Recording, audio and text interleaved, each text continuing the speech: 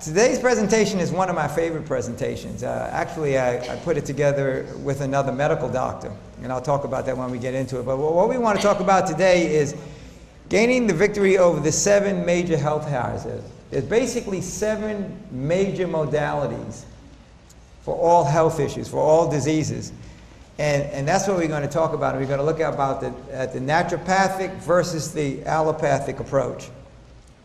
But what I want to talk about, what I want to focus on, is the strengths and weaknesses of both of those systems, as I told you before. And they both have their strengths, they both have their weaknesses, and they have a different emphasis. So that's what we're going to focus on. First thing that we're going to talk about it before we get started is if you look at a lot of the different studies that are out there, people get a little bit confused about what they mean and a lot of the terms that are out there. So let's look at a little bit about, especially when you look at studies, and I know it's a little bit confusing for me when I first started looking at a lot of medical studies.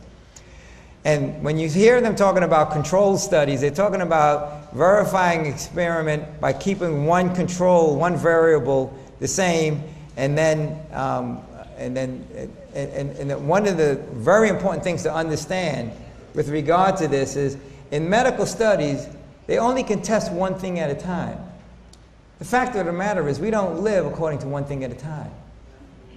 You know, there's just too many things going on in our life. But it's one thing to understand. So that's one of the weaknesses of some of the studies that are out there. Placebo-based, anybody know what that means? That means that there's a control group on the thing that they're testing, and in the other group there's some kind of an inert thing like a sugar water or something like that. And that's what that group is being tested on. And they test that placebo group against a particular drug or the particular control that they're looking at. And it's interesting how even in the placebo group, they get better and they have good results. And we talked about that the other day. Now, a double-blind study is an interesting kind of thing. A double-blind study is when neither the experimenter nor the person knows what groups they're in. So it's a blind study. A lot of times, if you think you're being tested, if you think you're in the control group or the placebo group, you'll act a certain way. But you don't know who's in the group, and even the experimenter doesn't know. So it's a double-blind study. Those are really pretty good, 2 good kinds of study. Another thing that you hear about are prospective studies. What they're talking about then is after they do the study, then they go out in the future, and then they test it again to see if those variables, see if those results are still the same.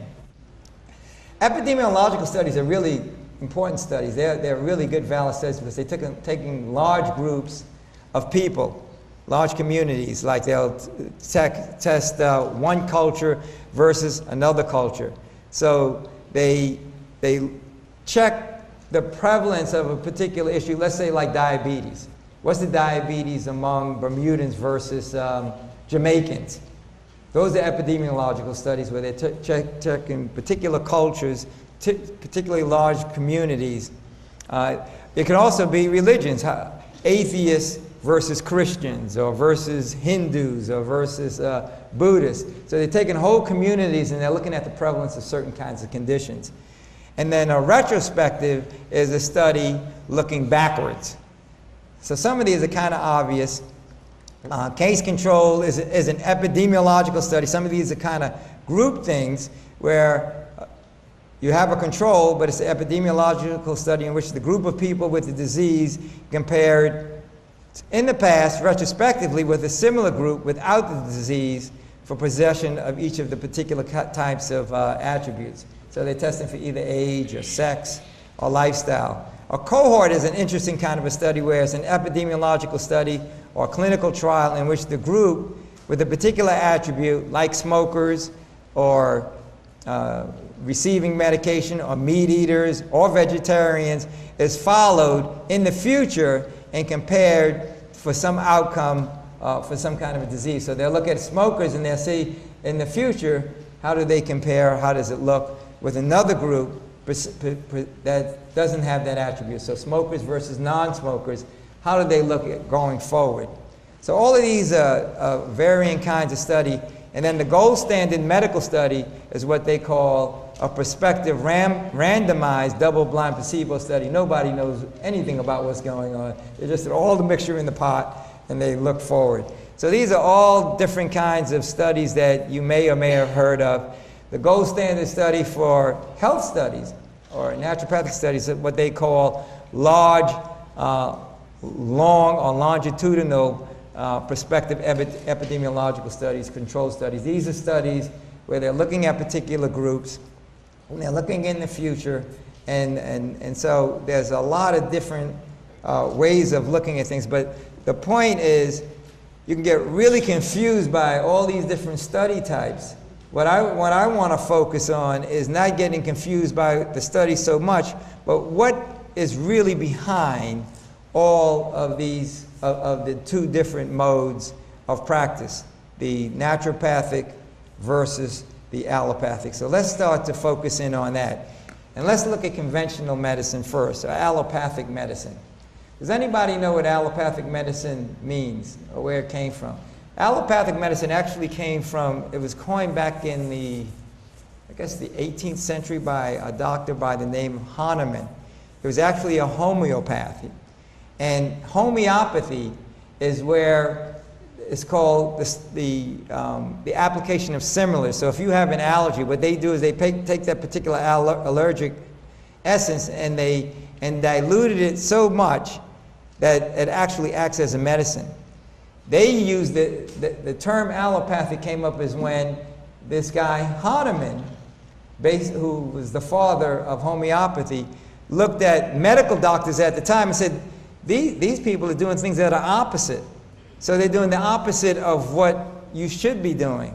And it was, and the focus was they actually weren't working on, from a homeopathic standpoint, what they would do is they take a substance that if you gave it to a healthy person, it would make them sick. That same substance, if you diluted it enough and you gave it to a sick person, it would make it well. So that's how it worked. In the case of allopathy, they did just the opposite. They gave something that they gave something to a sick person, a well person that would make them sick, they would give it to, they would do just the opposite. And essentially they're working on symptoms as opposed to anything else. The thing about conventional medicine, though, and this is the important thing to understand, this is the real superior part of medicine. It always has been. In cases of acute issues, acute trauma, so for example, if you got hit on the head, or you got shot, or you got stabbed, there's no better technology in the world than allopathic or conventional medicine. You really need to be sewed up. You can't be taking a whole bunch of herbs. You can't be talking about deep breathing and water and sunlight and nutrition. You need real serious intervention. That could be problematic, but it's the only means you have for saving your life. And so what I tell people, if you have bleeding or anything like that, you just go to the hospital as quick as you can. Don't even talk about other kinds of protocols. Even advanced bacterial infections, they're really important for allopathic medicine. Even though they might be toxic, they can be problematic, the risk is a lot less than the benefit that you get. So it's not as effective, however, for chronic and viral issues. Remember, we talked about a lot of the medical approaches don't really do anything to viruses. So things like cancer, hypertension, a lot of things that we talked about, diabetes, stroke, arthritis, asthma, it's not quite as effective for that. And the proof is in the pudding. If you look at a lot of people who are using the allopathic or the conventional approaches, they really aren't getting well. They have to depend on the medicine to manage the condition or to manage the situation, and they get the clinical numbers look good, but the people aren't really getting better. Once you stop it, they still have the problems. And the emphasis, as I said, is on symptoms and disease management, not so much on curing and healing. Although they talk about curing and healing, it's about managing the disease so that you can function in spite of the disease. So they use drugs, surgery, radiation, things of that nature, and it considers most other therapies, interestingly enough, as unproven and ineffective. It's kind of interesting because a lot of, in the conventional medicine area, all of the other alternative approaches, they tend to call quackery. A lot of people don't realize that it's kind of interesting if you understand history. Do you know where the word quackery comes from? That's what they used to call medical doctors in the 19th century. And back in those days, they used to use some fairly drastic approaches. One of the major ones was bloodletting. As a matter of fact, that's how George Washington died. And bloodletting is, they believe that the diseases was in the blood, so if you let you get enough of the blood out, you get enough of the disease out, then the person will heal itself. And actually, that's how George Washington died. He had a case of, he couldn't talk too well one morning, and so they took him to one doctor, and they did a little bit of bloodletting, let some blood out. It took half a pint of blood. By the time they were finished, and he went to another doctor, he went to like 3-4 different doctors, and they take another pint, another pint. It was a very painful process, and it was so painful, he was begging to be killed. He did die, and they found that when they did the autopsy, that he actually had laryngitis. So you can see that sometimes these drastic approaches aren't really that appropriate, and they can be life-threatening and cause end of life. And you know, laryngitis doesn't really need those kinds of drastic things. Now, in that regard, the kind of treatments they used were like strychnine. They were real poisons, and one of them was something called mercury. As a matter of fact, I remember when I was little, they used to have something called mercurochrome. Anytime you cut yourself, I don't see that anymore. It kind of disappeared after the 1980s, but that's what they use. They use mercury for everything. And it just so happened, and mercury, strychnine, a lot of other poisons, to kind of kill off things, and it did kill off bacteria, bugs, etc. Unfortunately, killed the people too a lot of times. And so a lot of people avoided doctors back in those times, up into the mid to late 1800s, and the term mercury, the general term for it was something called quacksilver. That's what it was called. And so anytime anybody got sick, said, don't go to one of those quacks, because that's what they were given. They were all given the same, just like right now. Anybody has an infection, just about, generally speaking, they all get antibiotics. They all were given penicillin, whatever the particular penicillin is. And so that was the medication of choice. And so they were called quacks, and that's why it's kind of interesting that now people that have nothing to do with quacksilver, just the opposite. So it's kind of interesting how terms get changed over time when you don't have a historical perspective. Now let's look at naturopathy in contrast to allopathy. That emphasizes the curative powers of nature. Its focus is on prevention and home cures. It's the oldest and most effective health system known to man, which is the thing that I was talking about. A lot of people don't realize that Hippocrates, who medical doctors take the oath, the Hippocratic oath, what do you think he was? He was a naturopath. He was not a medical doctor. As a matter of fact, he didn't even know that there was blood vessels. He thought that the blood just was behind the skin, and the skin held it back. So he was nothing like a medical doctor. Yet it's kind of interesting how these contrasts occur. And the basic principles of naturopathy is that disease is caused by accumulation of waste. We're going to talk about this in a second. And so it's waste accumulation in the body. And so by cutting it out and bleeding it out, you basically want to stop the waste from just going in. The body is always striving for the ultimate good. And the body has the power to heal itself if placed in the proper condition. Those are the basic naturopathic principles. And it's used a variety of modalities. There's literally dozens and even hundreds of different modalities used in the field of naturopathy. And you see a lot of fields that have a naturopathic extension to it.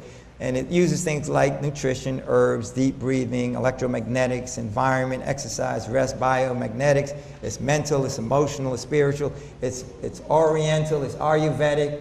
It's a whole host of systems that use the naturopathic principles. Now, all of that about the different studies, I want to focus in on scientific studies and just let's understand a little bit about it. And as I told you the other day, how many people here have really looked at any studies? Most people don't read them. I didn't. You read studies?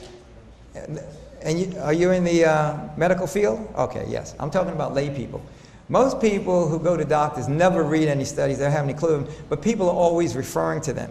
And we just assume that these studies are valid because they're done in the great halls of academia, etc.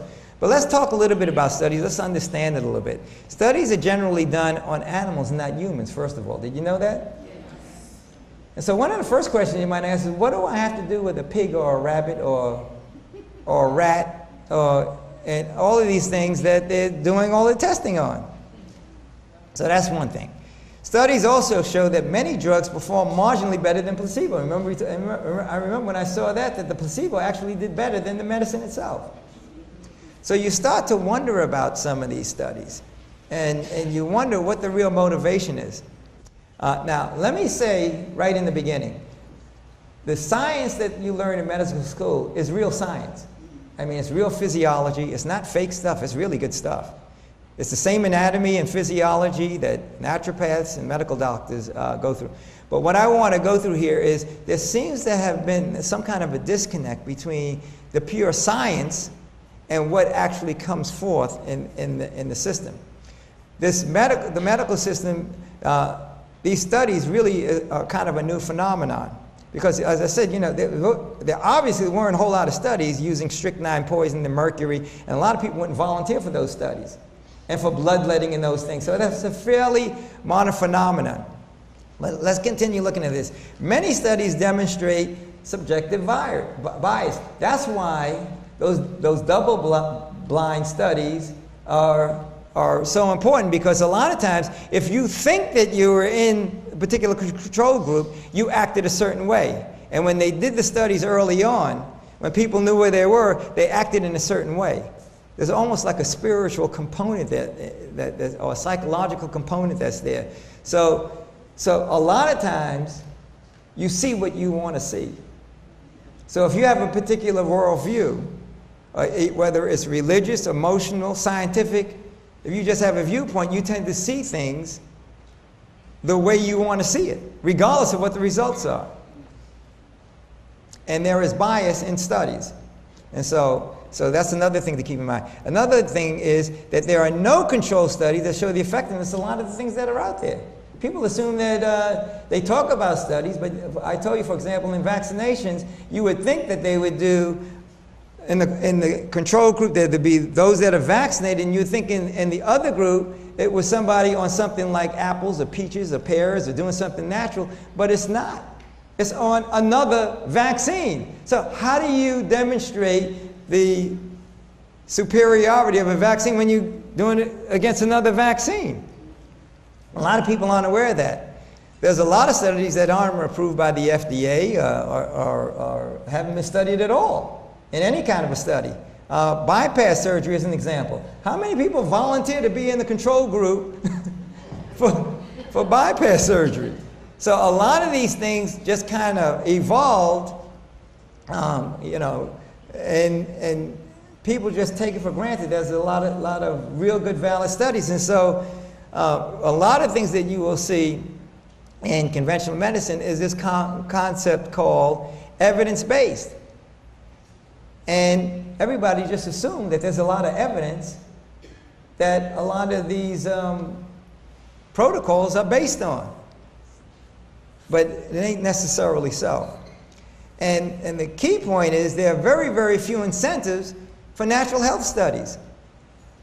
Because who's going to spend millions of dollars to prove that drinking 8 glasses of water is good for you, or 6 glasses of water? You can't patent it. You can't make money off of it. So the bottom line is, a lot of these studies, there's more economics and politics involved than science. And that's why I went through all these different kinds of studies. It's not so much that I wanted you to be experts on the different kinds of studies, but you get a sense that there's all these gradations of studies, and that there's a whole lot of validity behind the results and the conclusions as a result. And I just ask you to kind of be a little bit more questioning, because what this whole series is about is about empowerment. And empowerment means being equipped with using the good brain that God gave you to ask the good questions. And you know, this is your body in the final analysis. You own it. You're responsible for it. And, you know, at the end of the day, you have to live with it.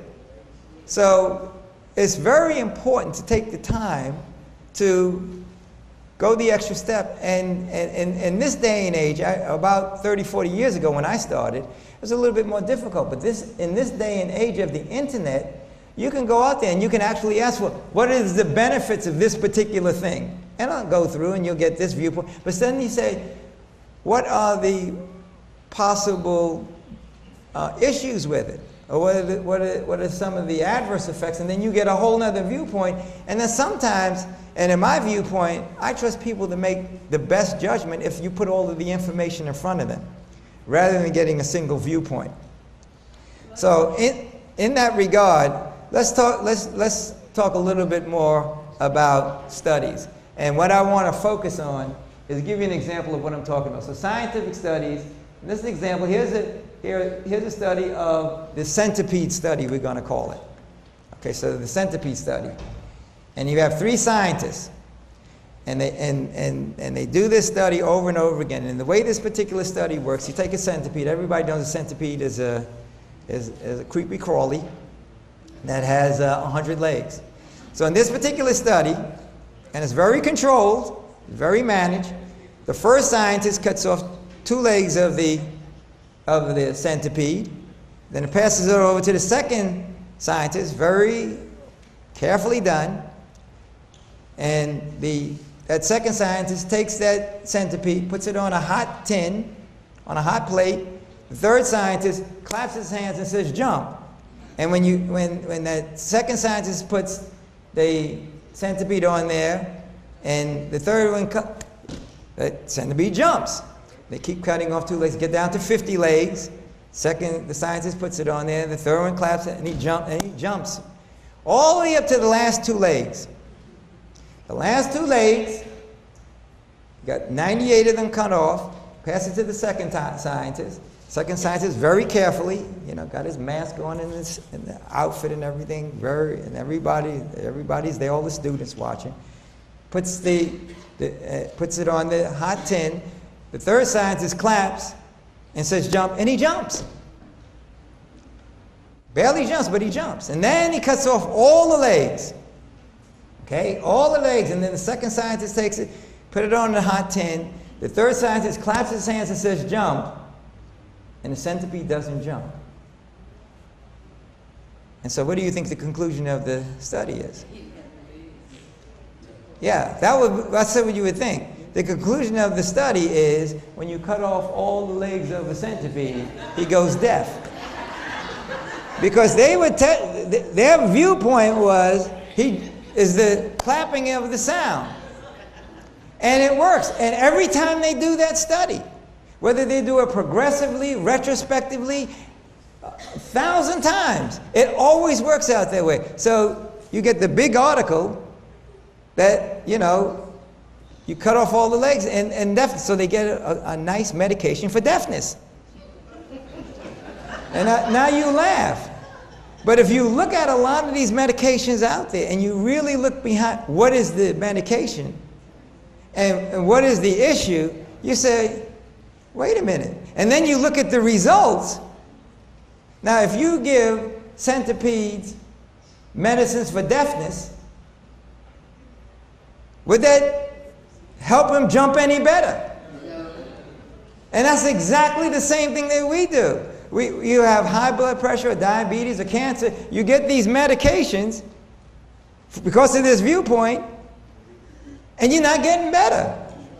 Because you're not deaf. There's another issue involved. So they're focusing on the wrong issue a lot of times.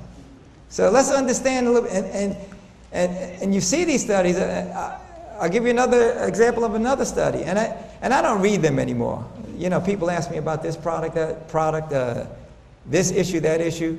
A lot of them, as I told you the other day, I forgot about them already, because now once you got the model, you don't want to get confused by a lot of facts, because you only have but so much ergs of energy and space up here, and you get really confused. And I remember, and you look at, and I'll give you an example of a study that I actually read.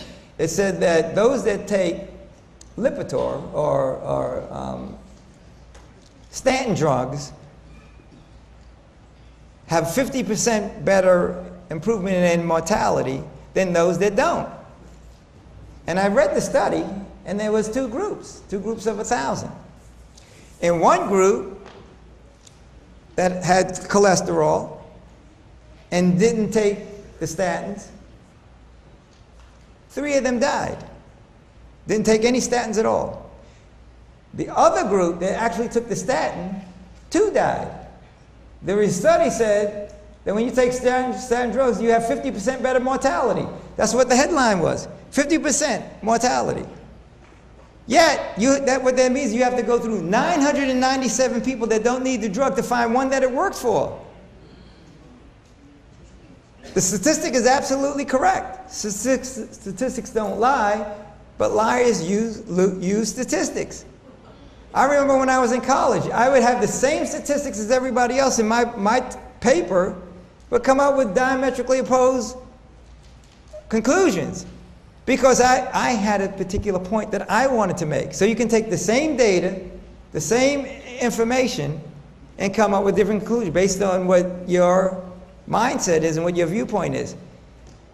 So a lot of times, my clients would come to me and they say, well, my doctor says studies, this, that, and the other thing. I said, well, that's interesting.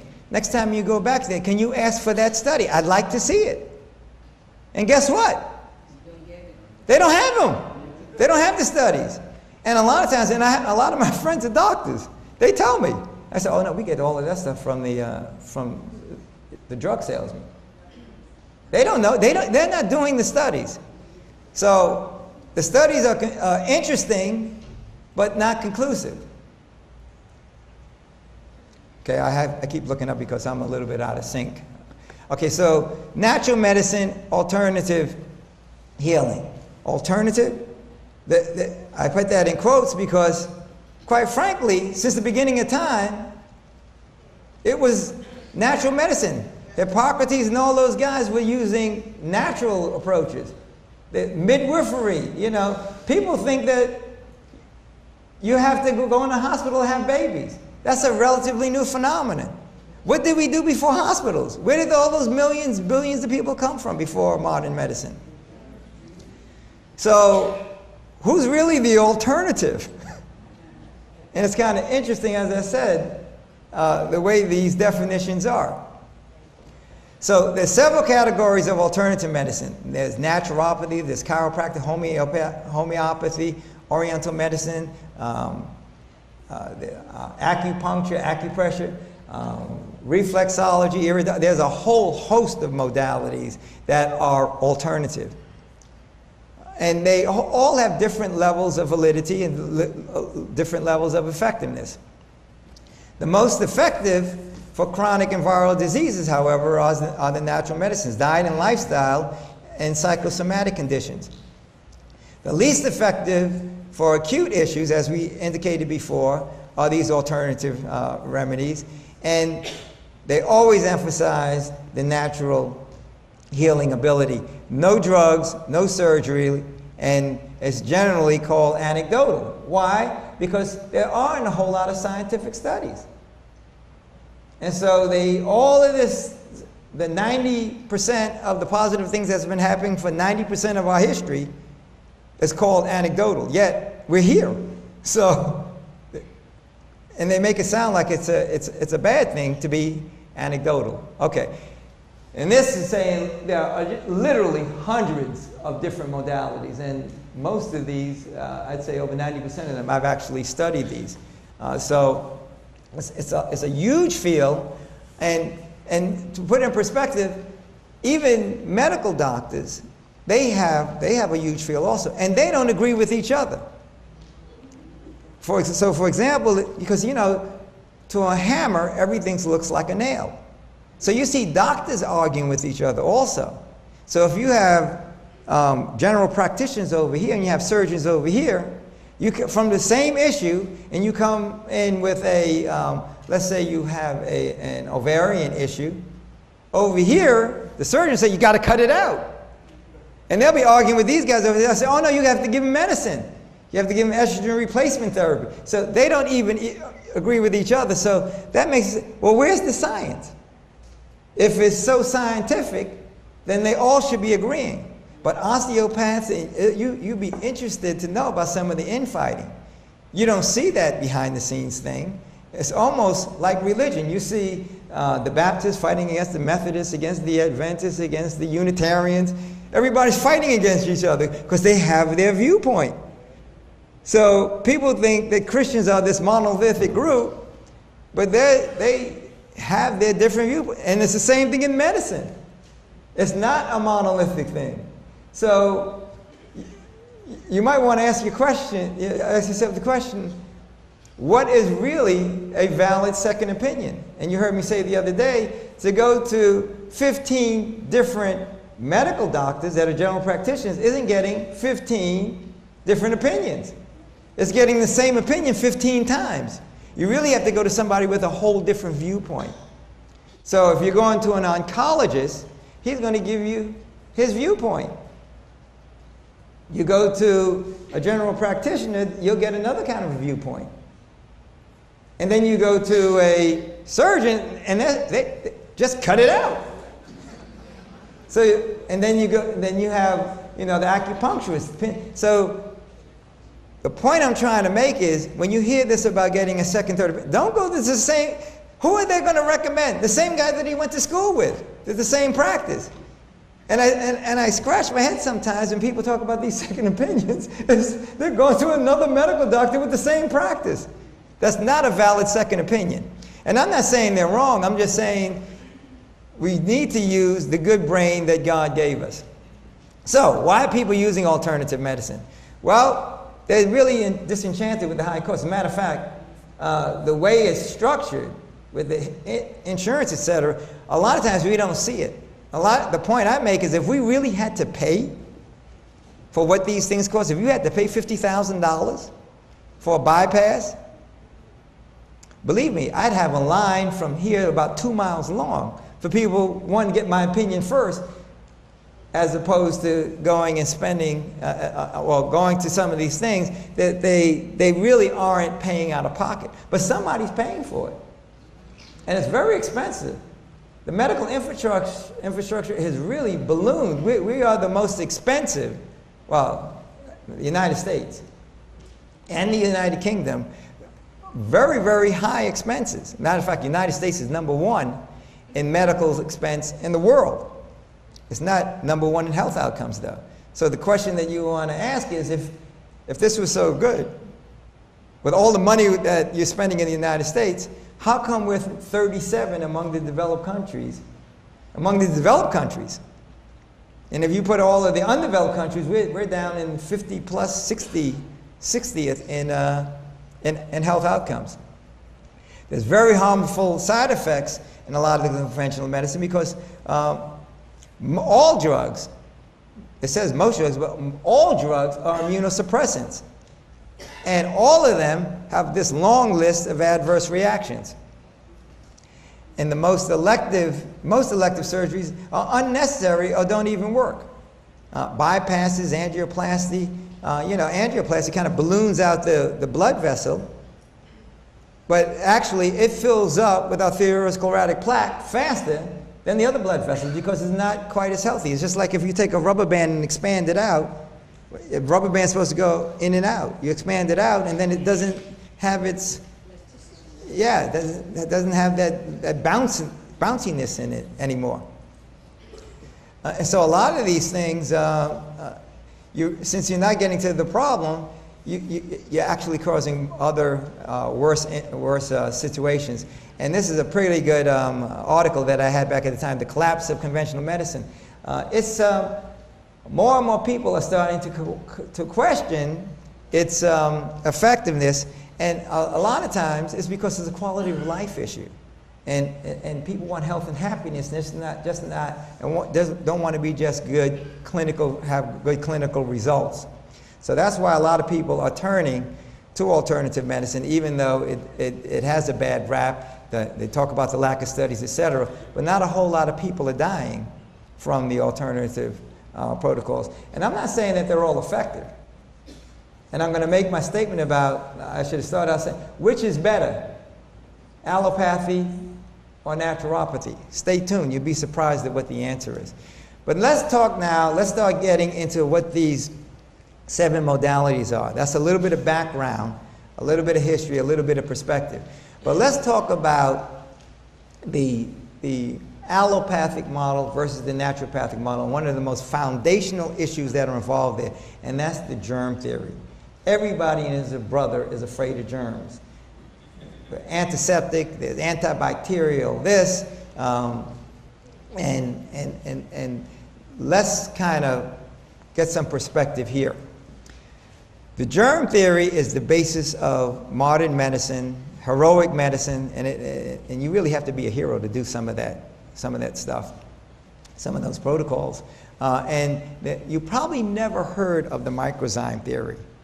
Let's go through and let's talk about this a little bit. First of all, the basis of the germ theory, it started back in about the 1700s, mid-1600s, with a guy by the name of Anthony van Leeuwenhoek. He was a Dutch guy, and he was a scientist. One of his hobbies, in addition to being a tradesman, he liked fooling around with lenses, and actually he's called the father of microbiology. And I learned about him back in the 6th grade. We had to do a study on something that's unique and different. And so you can see where my mind was. I did this thing on Van Leeuwenhoek and the microscope, etc. And what he did was he was able to put these lenses together, and he was able to magnify things. And in the process of doing it, he saw these little tiny things. He was the first guy to be able to see cells and hair fibers and protozoa and all these different kind of things. And when he looked in the microscope, as a matter of fact, he saw these little animals. He called them beasties, or animalcules, little tiny baby microscopic invisible animals. That's what they were called. And so that's when the germ theory first came about. And when you looked at disease material, you see all of these little beasties around there. So that's where it first came up, that, look, since all those germs were there, all those beasties were there, that's what was causing it. So that's where the whole germ theory started back in those days. And so the germ theory says, basically, that germs cause disease. Because you look at them, and that's what you saw. Going back to the study, so anytime you see these things, go back to the centipede study and step back and take a bigger picture. So that's where it first came from, why people thought that germs cause disease. Because they were there. So if you saw horse manure in the street and you saw a lot of flies over there, the conclusion would be, if you were doing it from Van Leeuwenhoek's standpoint, from a scientific standpoint, look at those flies cause all that horse pucky out there. Sounds logical, doesn't it? So, and the view was that germs produce toxins in healthy tissues. Sounds logical, doesn't it? Germs should be destroyed, therefore. Get rid of the germs, and then you're well. That's the foundation for the antibiotics, because it will cause further disease if you don't get rid of them. Remember the old hand grenade approach. So if you see the cockroaches running around, throw hand grenades at them. They're causing the problem. Look at that, and they'll just proliferate and they'll be all over the house, rather than going and seeing why they're there. Germs are destructible. This is really interesting. This is what blew my mind when I knew about this. Anybody knows what LD50 is? You know, everybody knows that there's drugs that need to be approved. It has to be, in the United States, it's the FDA. It's kind of interesting. It's all medical doctors there. And so that's the first question you want to ask. Where is the independent, non-biased view of this? But LD50, there's several tests. But this is one of them. LD50 is when you have a drug, since you have to, and this is why it costs so much money, you want to know what is the lethal dose to kill 50% of the population. So if you have 100 rats, 100 pigs, 100 monkeys, or whatever you're testing, what is the lethal dose that will kill 50% of that population? Now, we already said, what does that have to do with humans? But this is how a lot of these drugs come out. Now, this is the way LD50 works. The way populations work. So if you get a population of 100, you get a population of 100 people, 100 insects, 100 mice, anything. For a certain portion of that population, they're so weak that as soon as you mention the name, like let's say you have people, 100 people, and the big bad wolf was coming. You just mentioned the wolf was coming, and 3 of them will just collapse and die. So no matter what dosage you give them, they just die. Okay, so you don't even need, and then what they do is they start a particular dosage, and they keep doubling the dosage until 50% of the population is killed. And so that's how they know what that lethal dose is, because that's why you need medical doctors that are real smart, spend a lot of time in school. A lot of times they don't know this stuff; they're being told by the phone because they're not doing the studies. They're just writing out the pads. Now, none of those doctors have ever done any of those studies, haven't seen any of those studies, haven't watched any of those studies. It's interesting what they do, what they go through in medical school. I'll come back to that in a second. But there's an interesting phenomenon about LD50. As you keep doubling the doses, you get up to killing the 70, 80, 90% of the population. And then around 94, you got to keep doubling. There's a point in time where you get up around somewhere between 94, maybe as high as 98%. No matter what you do, no matter how many times you double it, they won't die anymore. As a matter of fact, if you keep doubling it, after a while, they adapt to the point where they actually thrive. And they learn how to survive and then thrive on the particular drug. Well, I don't care if it's monkeys or pigs or whatever. Very little known thing. But you ask any scientist, and you look at the literature, that's the phenomenon of this lethal dosing, the adaptation phenomenon. That's why you had, I remember about 20 years ago, all these superbugs that were being developed, and then people talk about natural farming. They didn't do natural farming because they wanted to. The insecticides weren't working anymore. They were developing these bugs that were so resistant, they were so powerful. And remember we talked about MRSA, methicillin-resistant Staphylococcus aureus? It has become resistant to methicillin, to the antibiotic. And these are lethal germs that have been developed as a result of the drugs. And that's why I say you even have to be careful with herbs, because you can have an adaptation there. But we all adapt. And a part of the adaptation is if you work out real hard, how do you adapt? You develop muscle and strength to be able to adapt to the environment. Okay, and at a certain point though, there's a limit, and then you either die or you perform well. But what happens in the case of living things, you adapt. And so this LD50 phenomenon, it basically disproved this theory. It existed for well over 100 years that germs can be destroyed. And anybody that has ants or roaches, anything, well, it's a constant battle. And the more you use these unnatural things, for a moment it's good. Then after a while, it gets worse and worse. And that's what happens. That's what's happening to a lot of people that are getting these multiple bouts of antibiotics. They're getting they're good for a season, and then the next time it comes back, each iteration it comes back, it's worse and worse. Very interesting phenomenon. And so what do they use? Because of this germ theory. Now the germ theory came about as a result of people like Pasteur. They use antibiotics, vaccinations, drugs, chemotherapy, radiation. It's the destruction thing. So that's where a lot of that came from. Is based on this germ theory. Now Pasteur was a very dynamic. He's about 6'3". He's a very brilliant person, but he's kind of lazy too. Very smart. He did a lot of original work himself, but he also was kind of, in addition to being charismatic, he was very daunting and very, very well respected. The people that adhere to this germ theory loved Pasteur. Pasteur actually, though, which is little known, and if you study history, there's another guy by the name of Charles Béchamp, who was a contemporary of his. He was kind of a diffident guy. He was mild-mannered like me, real quiet, never said anything. It's just sat in the background. Did all of the hard work. And what Pasteur was actually doing, he was taking some of these studies and misrepresenting it.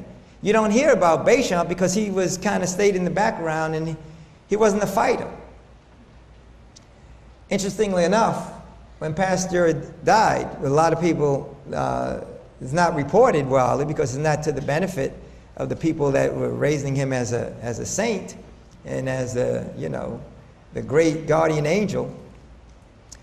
He basically said that Béchamp was right and he was wrong. Now let me tell you what Béchamp said. Béchamp had something, he looked at microsomes. He looked at the most basic elements out there, germs and things of that nature, even smaller than germs. And he had the microzyme theory. And basically his point was germs were the result of disease. They didn't cause the disease. So they are found, and they had a job to do.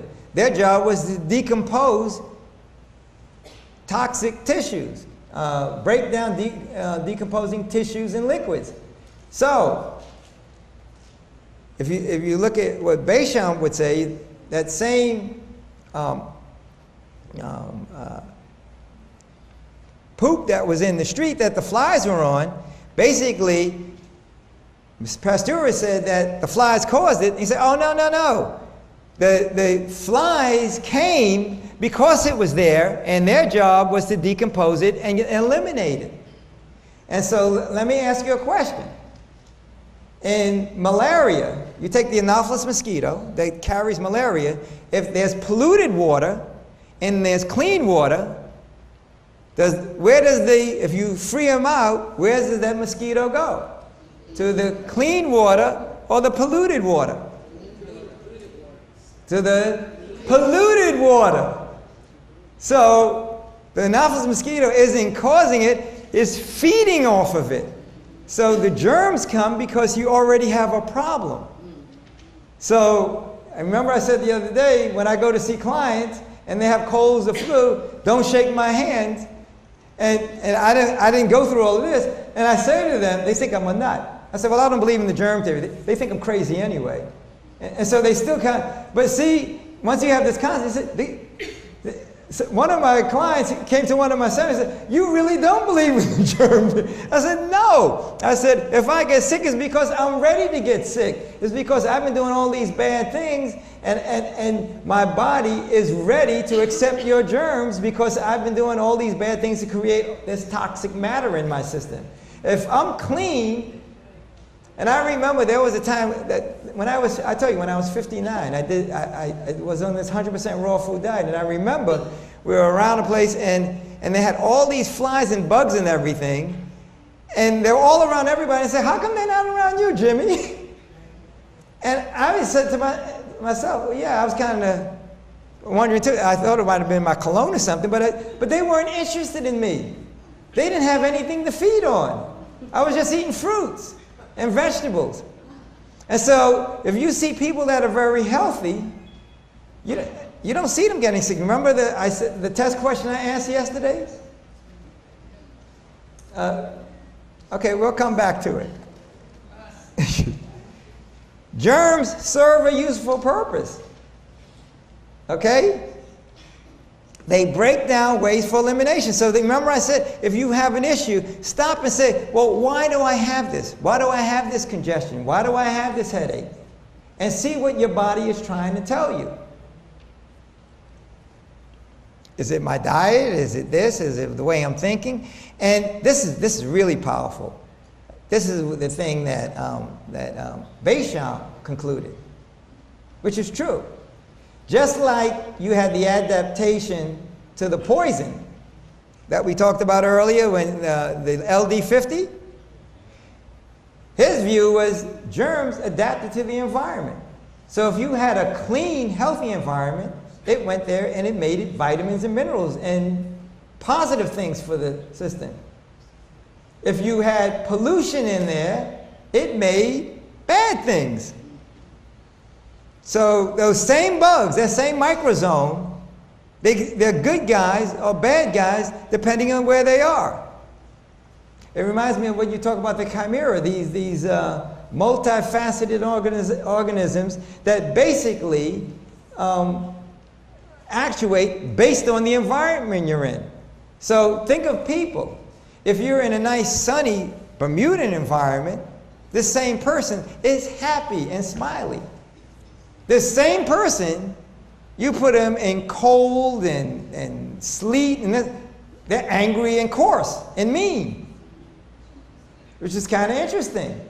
So that same germ adapts. Isn't that interesting? This is very powerful, this foundational principle. And you can see why it's so important to these 7 factors when we talk about them soon. And so what do you use here in this world? You use probiotics. So I've talked to some of you, rather than antibiotics, you throw more good guys in there. You throw bacteria, good bacteria, rather than going and killing and crawling after the bad bacteria. Because good bacteria can only make the environment better. But the one that's going after the bad bacteria, the problem is it doesn't discriminate. It doesn't go out and search out just the bad guys and shoot them. It kills off everything. So it's killing off the bad guys and the good guys. And so you don't have enough good guys to keep you going. So you see how that works? So probiotics, herbs, you want to do things that's going to feed and flourish the good guys and let them get rid of the bad guys. Or another way of saying it, use herbs and foods and all these non-toxic, non-poison things to make the environment better. So those same bugs that are bad guys, you know, you get some ugly, mean people and you're nice to them, they don't have a choice but to be nice back. When you're mean back to them, they come after you stronger. So if Béchamp is right, you want to do all kinds of good things for yourself to get good results, not things that are harmful, which is what Hippocrates said. Do no harm.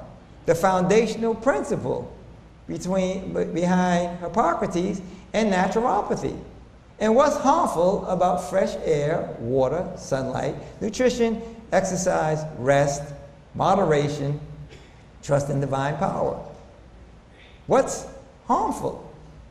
They're all very, very positive things that enhances your body's ability to make the bad guys turn nice. And the result being good health. Does that make sense? Okay. I'm going out of sync again. So germs and disease. Here's the naturopathic view. Germs are the lowest form of life and capable of attacking or killing anything. How many people are afraid of an ant? If you saw an ant, would you be scared? I mean, are you afraid of that ant? It's like Gulliver's Travel. Remember Gulliver? He wasn't afraid of the Lilliputians. Now you get enough of them together and you're unconscious, Your immune system is weak, they can kind of tie you up, but as soon as he wakes up, he breaks out. Remember good old Gulliver? So that's basically the naturopathic principle. They're little tiny guys, little tiny microscopic guys, and we're afraid of them. People are literally afraid of germs. Germs are scavengers and decomposes totally dependent on waste to survive. A lot of you that I talk about, I said, we need to clean out. So what is natural health is about cleaning. It keeps talking about detoxifying, detox and rebuild. Decomposition of body waste irritate the system and signals the need to eliminate. Disease symptoms are not the disease, but rather the symptoms of it. Okay? And then consumption and injection of toxic substances suppress the immune system, and it adds to the problem. So you have a toxic situation, so you want to give more toxicity to make it better. Now, if you do it right now, that's part of the homeopathic principle, but they dilute it so much that that it basically stimulates the system to work a little bit harder. But when you throw a whole lot at it, it basically doesn't stimulate it to do anything, it shuts it down. And then nourishment and toxic elimination prevents and reverses all of those symptoms. Okay, so now we're getting ready to get into these 7 modalities. So let's kind of look in. Well, first, let's define what is disease. Okay? In the allopathic model, and it's true, it's logical, it's the abnormal condition of an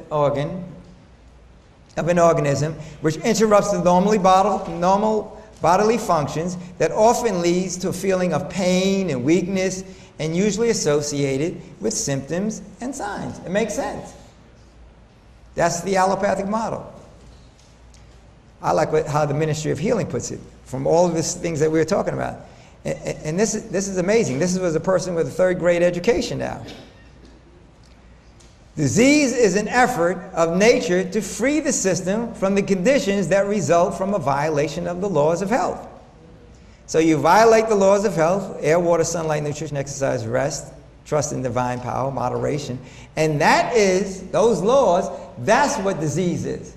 That's the model that is the underlying principle behind the system that's the most powerful system known to man for preventing and reversing all chronic degenerative diseases.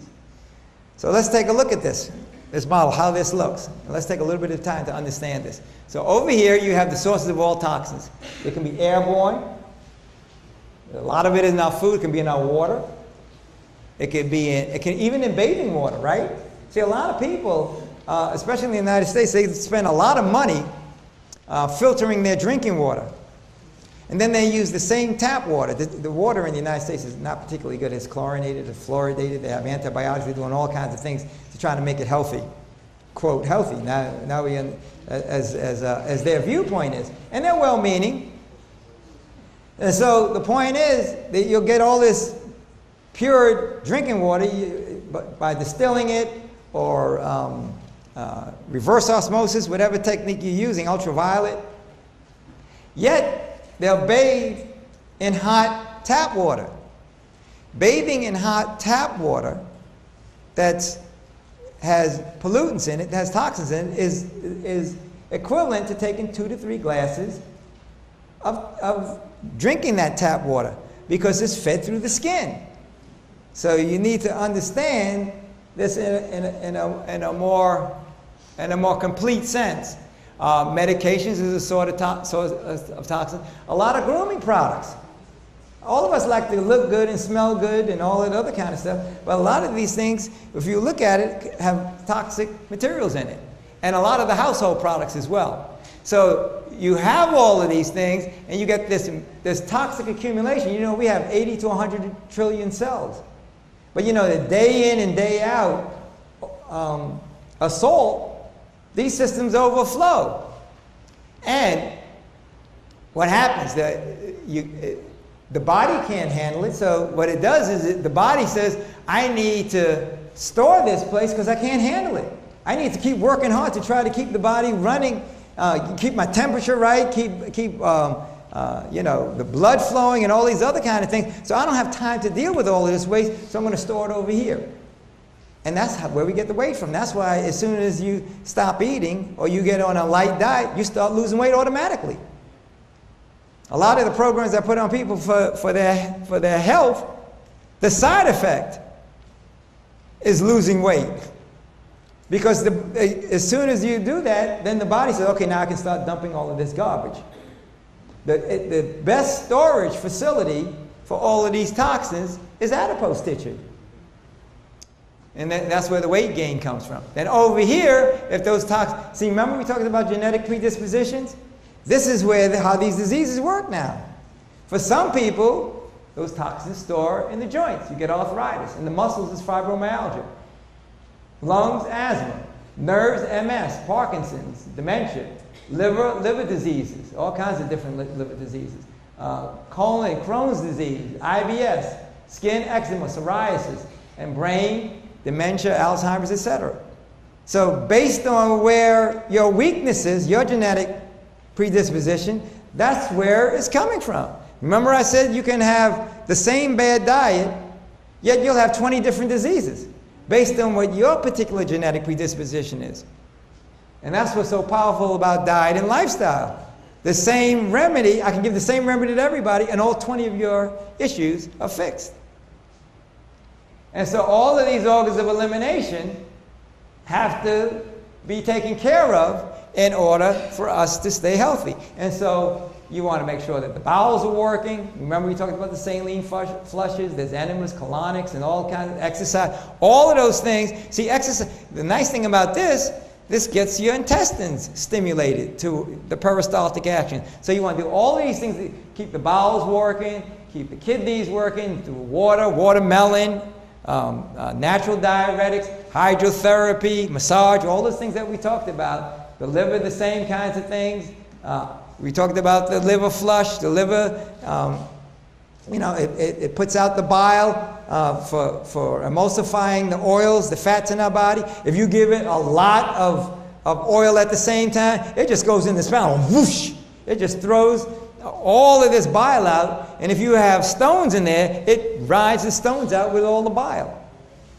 Okay, so that's a natural approach to be able to keep that flushed out.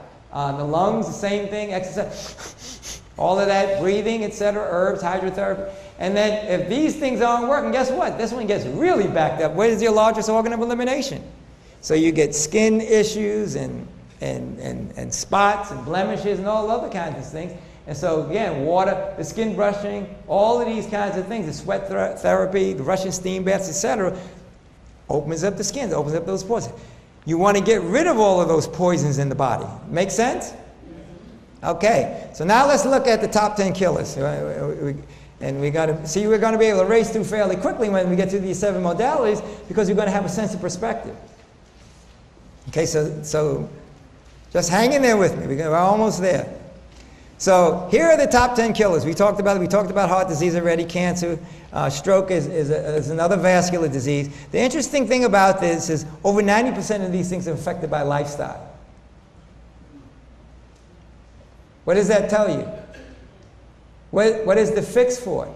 If the lifestyle is the fix, then do you need lifestyle change. You don't need what this other protocol. This is what's really interesting. Let's look at the underlying factors that cause death in the United States. Okay, if you look at these things, all those things with asterisks, you know things that are lifestyle factors. Okay? Look at all of these, from vascular diseases, some of these are very obvious, tobacco, alcohol. The only things that aren't caused by diet and lifestyle and the infectious diseases and toxic agents. All these other things, even firearms, it's a bad behavior, sexual behavior, with all of the sexually transmitted diseases, etc. Motor vehicles is another one. That's not a lifestyle issue. You can be the healthiest person in the world, and you can still be run over by a Mack truck. But illicit drugs, most of these are. Now, this is really interesting. Let's pause and reflect on this. Okay, this is 1900 versus the year 2000. And this is the percentage of people that died from those same diseases.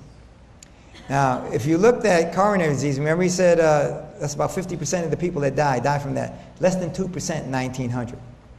Cancer, less than 3% died of cancer in 1900 of the 1.7 million people that died. Stroke, less than 1%. Diabetes, less than 1%.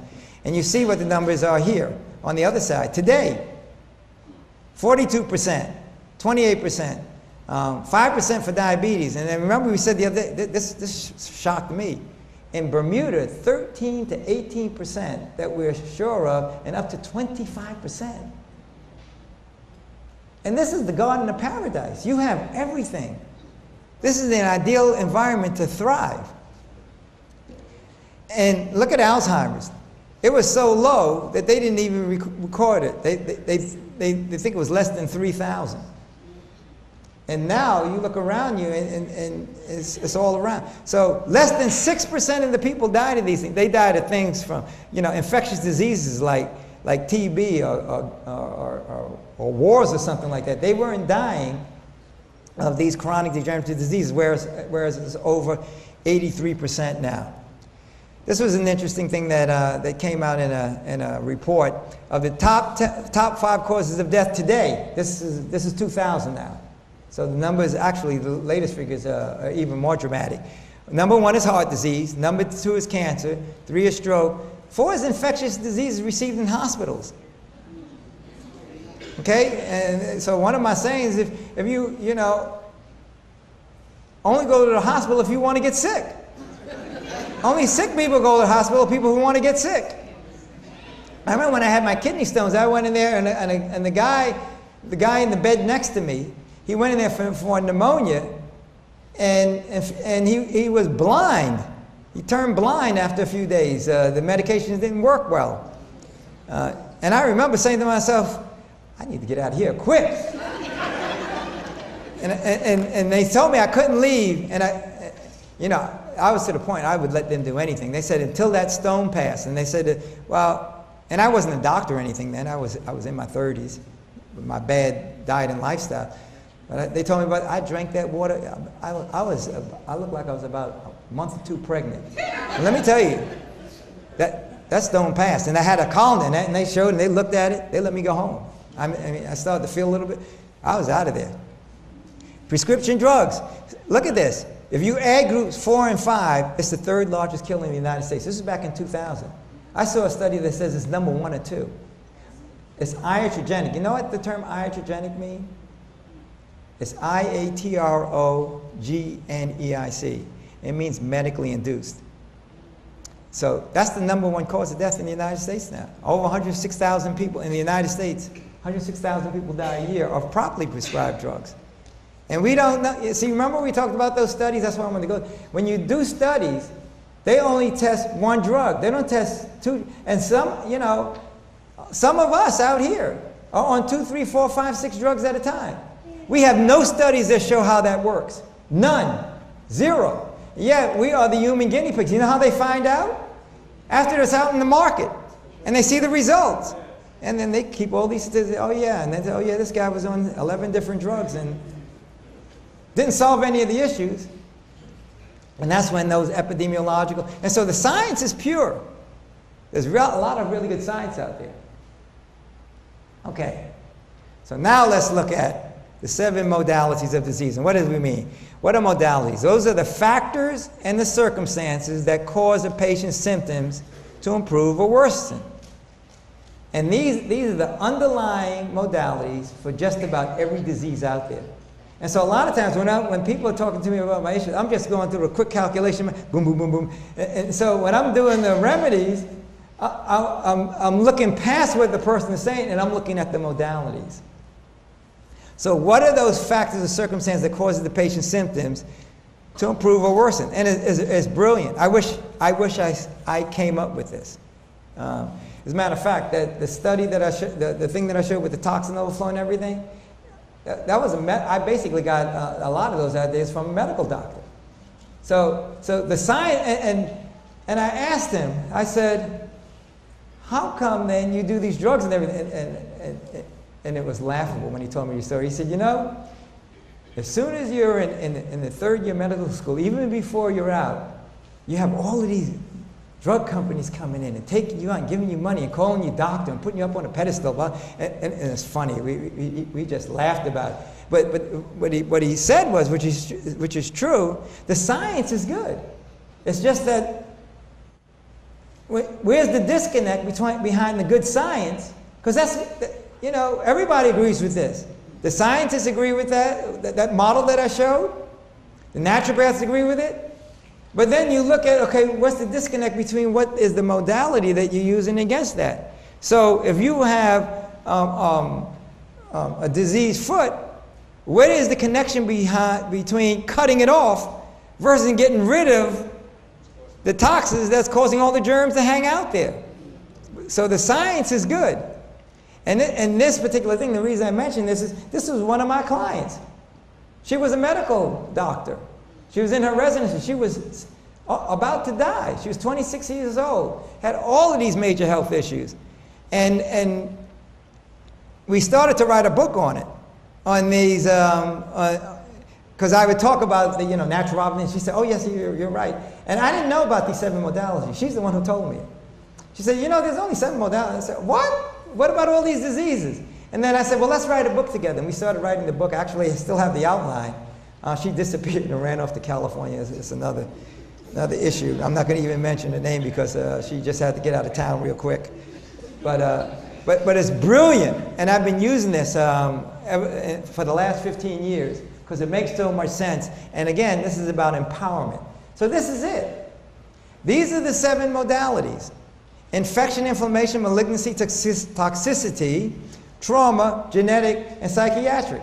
Those are basically the 7 foundational modalities.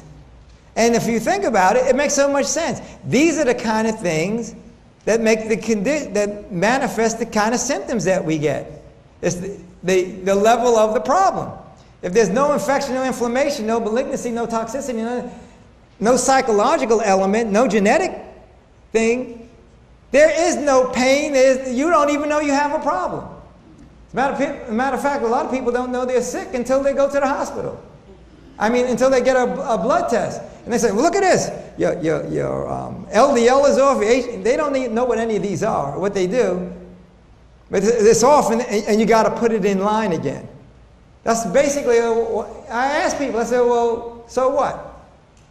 And then when you ask them that, they say, yeah, right, so what? Why am I fixing this? What is it for? So let's look at these. And what we want to do is we want to take a look at each of these, and we want to look at the allopathic model versus the naturopathic model. Okay? So the first one is infection. So what is the allopathic model? Cleaning and dressing. They are excellent. That's why nurses make such great naturopaths, because they're great at this part, the cleaning and the dressing, etc., which is even an important part of naturopathy. You got to clean it out and everything. They do that really well, but then they start adding the antibiotics, the antiseptics, and all these other drugs based on the type of infection it is. So, you want to ask your question now. Okay, yeah, that was good to do all the cleaning and everything, but why are you trying to kill all the bugs? If you clean it out, there's no reason for them to be there. But the kind of cleansing they use are kind of toxic also. And it's not about helping healthy environment, it's about it's about getting rid of all of the bad stuff. And in the process of getting rid of all the bad stuff, guess what? They're putting bad stuff in the system, making it even worse. And in some cases, it is so bad for infections, they say, you got to cut that out. We have to take out 8 inches of your colon. Or whatever. You have to cut up to the knee if there's enough infection, because the antibiotics can't do anything to kill all of that infection. They even recognize that. So that's what the allopathic modality is. The naturopath is non-drug cleansing where appropriate. You want to clean it, use water, lemon juice or whatever. And then you want to use a cleansing diet and on a fast. So you don't give any more poisons for these bugs that they love to live on, some of the bad foods we give them, and guess what? You don't kill them, they just can't reproduce, and they die off naturally. That's why, you heard me say the other day, most viruses are self-limiting. They finish doing all it, and they die off. And just like nature, just like animals, they don't just go on and on and on. The environment has to be right for them. If you have a bunch of deer and a bunch of wolves, you take away all the forest, guess what happens? They die. They don't die, they just can't reproduce anymore. They lost their natural habitat. And that's what the natural approach is. And you use a natural antibiotic, right? We talked about that the other day. So we don't have to spend a whole lot of time on it, but these are all those herbs. And Wanda made an absolutely brilliant point. You can combine some of these, many of them, and you get a synergistic effect, but you don't want to use all of them. You know, there's one thing about, going after an elephant with a BB gun. You don't want it to be too weak, but you also don't want to put a thumbtack in a wall with a sledgehammer. You know, and that's what a lot of us do. If all you need is a thumbtack sometimes to put a picture on the wall, we want to use a railroad spike. So you know, you want to use a little bit of discernment and balance. That's a very good point. I'm glad you made that point. So inflammation, similar kind of. See, we can start going through this fairly quickly now because we know what the issues are. It's the steroids and everything. You got to get rid of all the inflammation. And rather than look, why is the inflammation there? And that's why you see a lot of times it's the same. If you look at my cancer protocol, my diabetes protocol, and the cardiovascular one that you got, they all say, clean yourself out. You say, this guy is a broken record. And that's, remember I said in one of the first sessions, he said, every time I call you say the same thing. I said, yeah, it's the same thing. Until you do it, it's not going to work. I wish it was my system. Then I can change it. I can't, it's not my system. All I can do is be a faithful reporter of the system.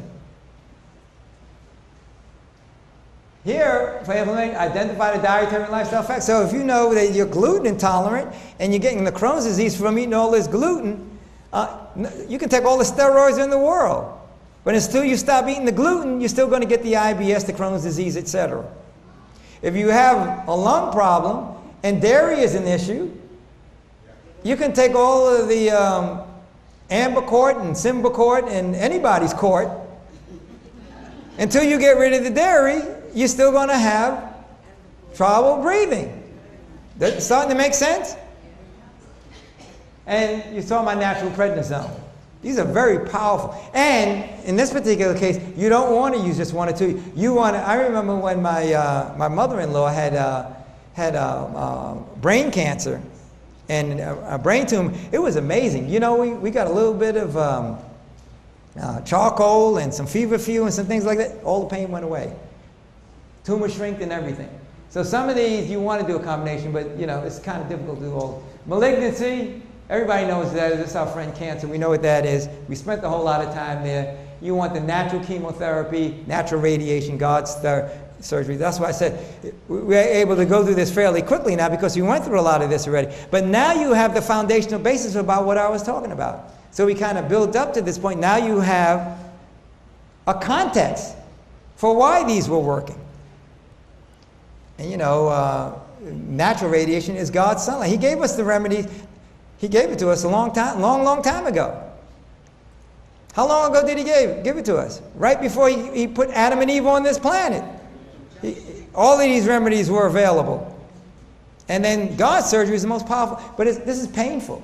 This is the most, people want to avoid this surgery more than the knife. This is painful stuff.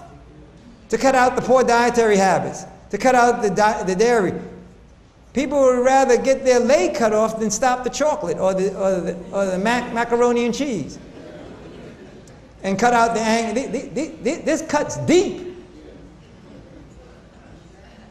You know, you rather bleed all over the place and have pain and agony than do this kind of godly surgery. This is painful stuff. And I'm telling you from my personal experience. And some of you guys know what I'm talking about. I tell you about my daughter-in-law. I can't give up this macaroni and cheese, but she wanted that baby bad enough. That must have been some deep surgery to get rid of that macaroni and cheese. Okay. Toxicity. Allopathic, they use chelation, they use antibiotics and other drugs based on the type of toxicity it is. And sometimes surgery, you got to cut it out, you know. So if you got bit by a snake, cut that leg off, rather than the approach over here. You put some activated charcoal on that, it'll pull all of the poison right out, based on the the type and severity, cleansing diet. See, it's starting to look like a broken record. It is a broken record. It's simple, but not easy. We talked about herbal chelation already. See, that's why I spent more time on the front end, because basically now this makes so much sense. We already talked about it. Now let's pause for a second, because this is important. See, in this particular case for trauma, it may require surgery. And in this particular case, you might need to cut off that leg. Or you might need some really powerful drug to stop that bleeding, powerful anticoagulants and all kinds of, those drugs are powerful. They do have a physiological effect. There's no doubt about it. It's just the result is in good health. But if you need to go through this for a temporary period to save your life, it's worth. Then you take the time in recovery to rebuild yourself. It is most effective therapy protocol of all for any traumatic event. So for anything like gunshot wounds, any trauma, severe bleeding, this is the most powerful protocol known to man. And they do some really good things. And that's where the brilliance of the doctors come in. The problem is, and it took me a long time to figure out what the practice of medicine meant. They have to practice on all these people that don't need it. For over 90% of the people that don't need it, so that the skills are honed by the time they get to the 1 or 2% that actually need it. And so all of us are being part of a study that running there to be practiced on, because if the guy's sitting around there like the Maytag repairman, waiting for somebody to get hurt to practice his suturing skills, he might not be too skilled at it. But if you're doing all of these appendectomies and episiotomies and hysterectomies that are necessary, boy, you can come up with a nice clean thing for the person that you need it. It's interesting. So you might want to just step back and say, do you want to be a part of this big experiment? So the naturopathic approach is complementary, yet it will enhance the effectiveness of this with a proper healing diet, herbs where appropriate, and it can complement it. And there is a natural morphine, isn't there? Okay? And so, which includes a lot of the things that we talked about for inflammation, but poultices and compresses, hydrotherapy, these will stop the pain also and can help. Psychiatric is drugs and surgery. In rare instances, they don't do it as much, and they don't do lobotomies anymore, thank goodness. But the naturopathic approach is, again, a lot of those depression, anxiety, bipolar, is a result that people have the genetic predisposition, and that's the particular part of the chemistry, the organic chemistry that's being affected by it, which tends to be more emotional than it is physical. And a lot of people, you put them on a good cleansing diet, they come in for the blood pressure issue, and then their anxiety goes away, their depression goes away. Cleansing and immune enhancement, and then there's the natural Wellbutrin. There's a whole host of alternative protocols. You got St. John's wort, kava kava, valerian, ginkgo biloba. Holy basil is a nice and inexpensive one that works real nice for a lot of different cases. You got ginger, 5-HTP, the B vitamins, cleansing fast, SAM-E. Some of these things you can't even pronounce. S-adenosylmethionine. Who said that? Who said it? Say it real fast. Adenosylmethionine, whatever it is. And this is hydroxytryptophan, that 5-HTP, incidentally. Tryptophan is, as you know, is very good for the emotions, etc. Flax, sunlight. You know, I had one woman, she didn't believe me when I told her she was depressed, and it was in Maryland, a Maryland client. It happened to be a particular rainy side. She was almost suicidal. She called me all hours, Lisa knows who it was, all hours of the day and night. Please, you got to do something. And you know, basically what she needed was sunlight. She said, well, I can't get out in the sun. And I told her to go over to Home Depot and get one of these ultraviolet lights. She got it, and she said, I'm cured. Literally in 2 days. But you know, D3, I mean, some of these are so simple. Such a simple thing can have such a massive, powerful effect. Even deep breathing. A lot of people who are depressed, they have shallow breathing. So they're not getting good oxygenation. So all they need to do is do some good deep breathing. Give them a deep breathing exercise. And you can look at them sometimes. You can tell that they're kind of tight and they're immovable. And they're depressed, so they're not exercising. They don't want to get out of bed. They're lying around. They're not exercising. And so the breathing halts, and they wonder why they stay in that state. And then, of course, water helps with all of the different protocols. And then this one is the one that's most interesting, the genetic one.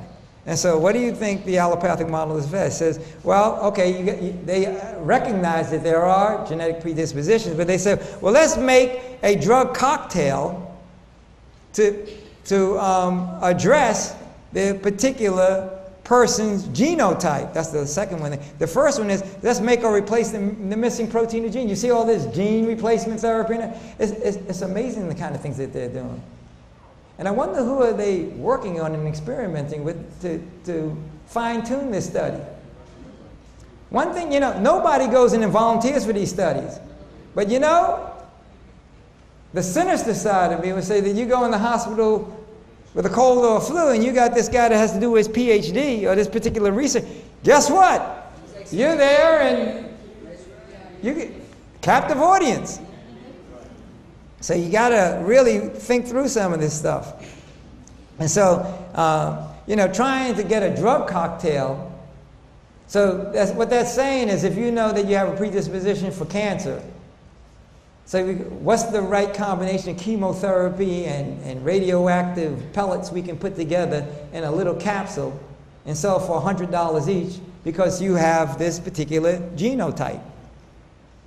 Naturopathic is optimize your diet and lifestyle to your genetic predispositions. Acknowledge them. You can't ignore them. But where you might have one genetic predisposition, you want to focus on things that's going to reinforce and enhance the functional integrity of your lungs. You over here for your kidneys, back there for the breast, or whatever the particular issue is. So acknowledge it, find out what it is, and some of those tests are pretty good, and it's showing you where your particular vulnerabilities are. And then you adjust your lifestyle accordingly. If you have a high tolerance for cheese, then fine. But if you know you don't, because it's going to affect your pancreas or your lungs, then that is what you do. So the naturopathic approach is, why don't you try changing your heredity? This is what I tell my... Let's have a word on heredity. Heredity is affected by lifestyle changes. Okay? The diet habits and eating patterns are deeply ingrained. That's true. We have the same, and we have the same patterns, the same thing is cultural, that we learn from our family. We didn't come out with a textbook, you know, when we were born with this thing. We got it from our environment. The human body is designed to repair and improvement. The individual responsibility is required for the optimum health. Heredity is reversible. That's the point I made. You know, all of us in our family have the same genetic predispositions. I'm the oldest and I'm the healthiest of all my younger siblings. So it sounds like a joke, but I changed my heredity. I should have been dead 10 years ago. According to, if I listened to the model and I did things according to my genotype and it tried to fix it pharmaceutically. We are unique with special talents and predispositions. Let's honor them. No matter where we are, you know, we have unique contributions that we can make. And most diseases are the result of breaking the laws of health by ourselves, and not always by ourselves, though, by our parents and by others. But it's breaking laws, it's not germs. Or a lot of these other things. Genetics loads the gun. Right. You can leave that loading. And so let's just understand that. And once you pull that trigger, you start this cascading effect. And you might be able to clean it up, but it's not so easy. It's more and more difficult. And what we tend to do, and I talked to some of you, he said, you know, I was doing real well for a while, then I fell off the wagon. There's such and such, and I went back. And it gets worse, because your body gets into a whole new mode of operation. Then it gets shocked, and it gets progressively worse when you recover. That's why, you know, there are people who have had cancer. They get completely cleared with a 100% raw food diet. And then they go back and eat fish, for example, which is loaded with mercury, and they literally die in two weeks.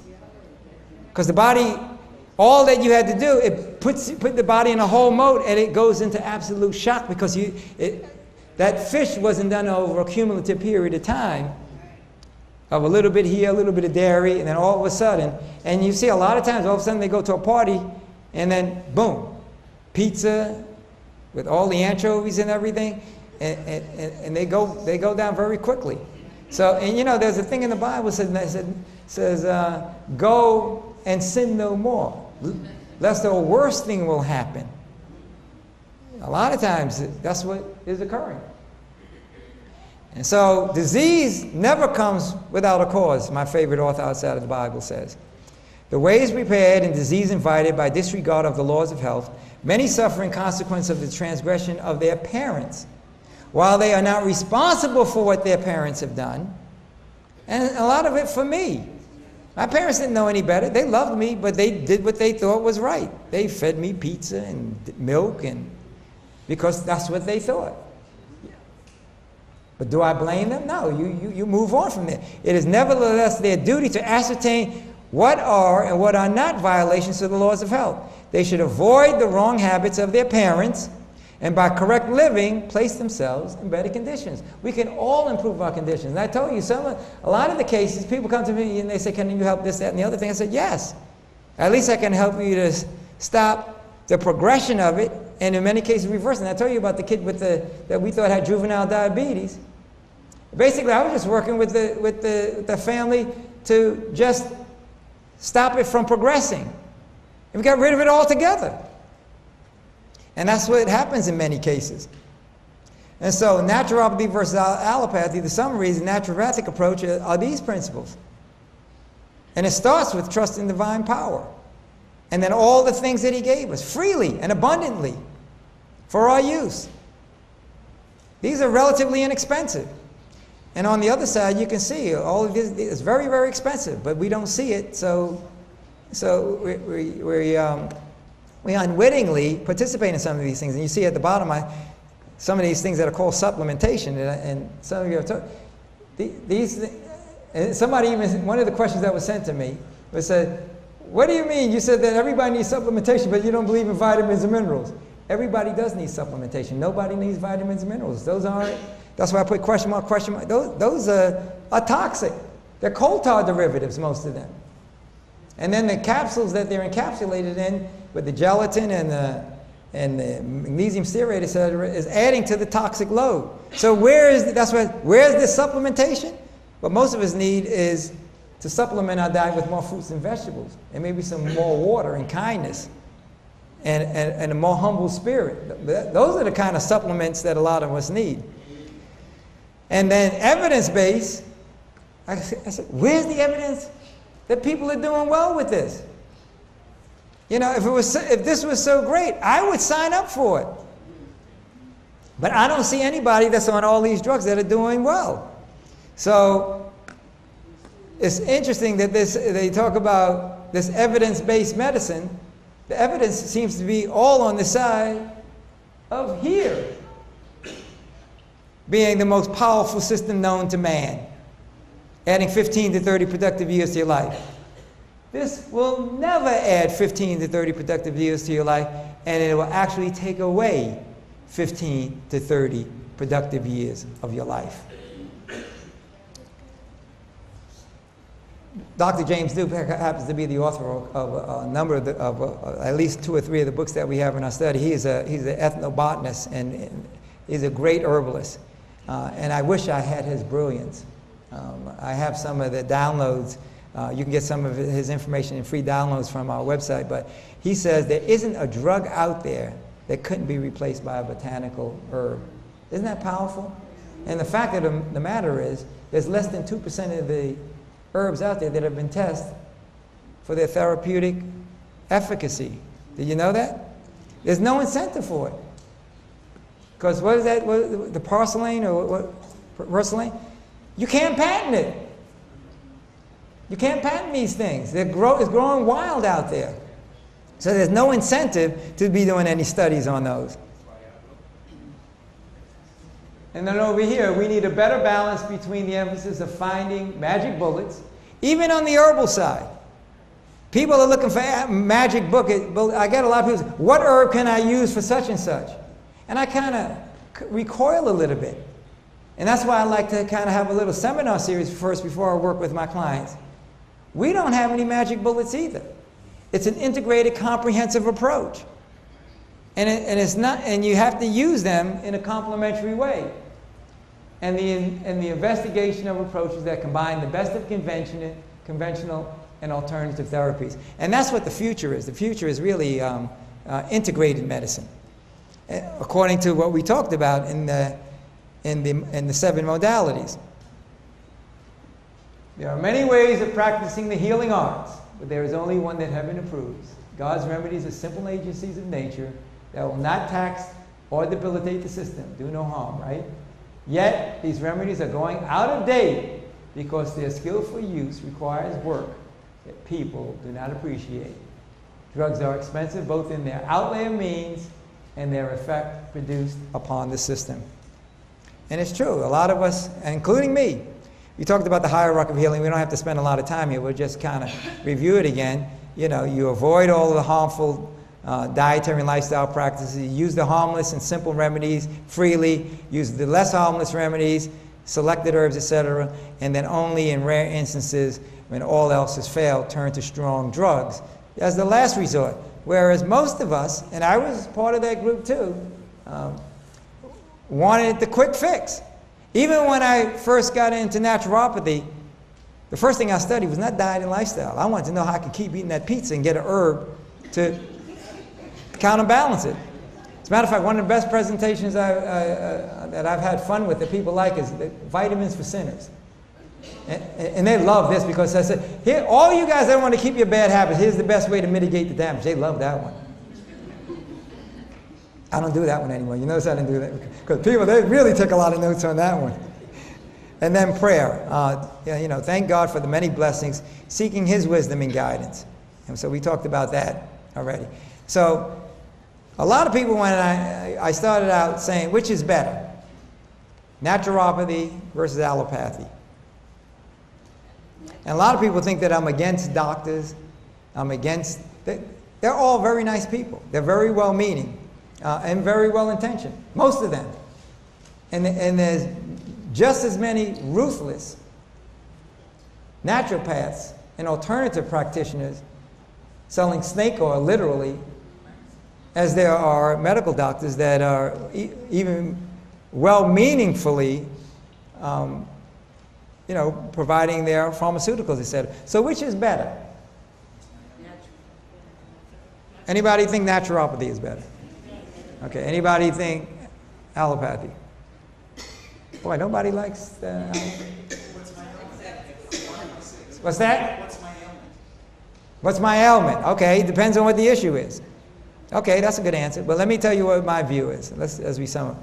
If credit is given to herbs or drugs or devices, men or the institutions, rather than the true source of all healing, then I say, not the naturopath, nor the allopath. The only path I'm interested in, the only one that can handle all pathology, is the Godopath, where all health and healing takes place. So it's not a bias. My view, I happen to be a naturopath, but you could be an allopathic doctor. As a matter of fact, some of the best naturopaths out there are former medical doctors. These guys are brilliant. It's just that system isn't too good. And a lot of them do the best they can with a system that's not designed, that's the most effective system designed for optimal performance of the human body. And they're well-meaning. Most of them, they went in for the right reasons. And one of the saddest stories I had was a 24-year-old medical doctor. It was sad. He worked real hard going to medical school. He went in for the right reason. He was sick as a dog. And he basically explained to me, he said, you know, now that I've been working with you for a while and everything, I realized I was studying so hard and this, that, and the other thing. They had me going this way and that way. I didn't even have time to really think out some of these things. And everything you said makes perfect sense. If I had known this, he said, I'm really upset. I owe over $100,000. I'm sick as a dog. Now, what am I going to do with this information? I said, well, become a naturopath. All the scientific stuff you have is good. Now, you have the best of both worlds. You understand all of that, and then you have something that really works. The guy actually, he moved to Jamaica because he realized that he couldn't practice over in the United States. They make it tough on you. See, you have standard medical practice. And if you go against that, the Quality Board of Medical Assurance will take away your license. So it's more politics and economics. The science is good. The practice is not always what it should be. So the doctor of the future, I think it's Tom Edison that said that, will give no medicine. No medicine. As a matter of fact, I like the Chinese model the best. Of all the science, the systems, you know how the Chinese model works? You pay the Chinese doctor while you're well. As soon as you get sick, you stop paying it. I like that model. Isn't that a nice model? You have to pay him. It's a great insurance policy. He's incented to keep you well, so he give you all kinds of information and model and make sure he's giving you the best herbs and medicine around to keep you paying him. But will interest his patients in the care of the human frame and diet and in the cause and prevention of disease. And the way I like to end this is, all of this is nice, all this is important, and health is really important, but whether you eat or drink or whatever you do, it's very important that we make sure that we're always doing it for the honor and glory of God. And that's going to put us in the best health, not only in this life, but in the life hereafter as well.